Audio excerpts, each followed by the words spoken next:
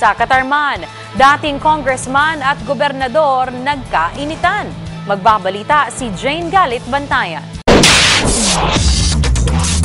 Nagpatutsadahan si Northern Samar Governor Jun Ong at former Congressman Raul Dasa sa kanilang mga mensahe sa Barangay Night para sa pagdiriwang ng fiesta. Kapwa may patama sa isa't isang naging mensahe ng dalawa, mga programa at mga proyekto ang naging sentro ng kanilang mga patutsada. Unang nagsalita si former Congressman Raul Dasa at ilang mga isyu ang ibinato laban sa kasalukuyang administrasyon kung saan nandoon mismo si Governor Ong. Bumanat rin si Governor Ong at isa sa mga patama nito kay Dasa ay ang kautangan sa Norsamilco na kung saan lumubo daw sa panahon ni Dasa at ang inihain nitong kasong libel matapos na sabihin noon ni Dasa na nasa abroad si Ong sa kasagsagan ng Bagyong Yolanda. Una nang tinawag ni Ong si Dasa na sinungaling. Nagpalakpakan naman ang mga barangay captain sa bawat salitang binibitiwan ng dalawang officials. Matatandaan nag-file ng kasong libel si Governor Ong laban kay dati Congressman Raul Dasa matapos na sabihin na nasa abroad si Ong sa nakaraang Bagyong Yolanda, imbis daw sana na tumulong sa mga kababayan, bagay naman na pinasinungalingan ng nasabing gobernador.